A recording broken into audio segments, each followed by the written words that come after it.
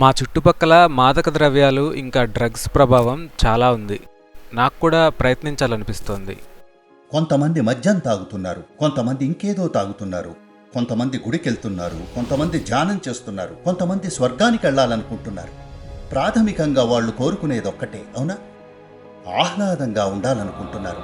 సాధ్యమైతే గొప్ప జీవితానుభూతి కావాలనుకుంటున్నారు. అయితే అది స్థిరంగా ఉంటుందా అన్నదే ప్రశ్న. నేనొక మార్గం కనుగొన్నాను. నా ఆహ్లాదం, నా పారవస్యం నిరంతరం నిల్చుంటాయి. పరిస్థితి ఏదైనా, ఏది ఉన్నా ఏది లేకున్నా నేనెప్పుడూ పారవస్యంలోనే ఉంటాను. నా కళ్ళు చూడండి. మీకు ఆసక్తి ఉంటే ఈ పారవస్యం టెక్నాలజీలను నేర్పించగలం, టాబ్లెట్లు మింగే బదులు. అందుకే ఇన్నర్ ఇంజనీరింగ్.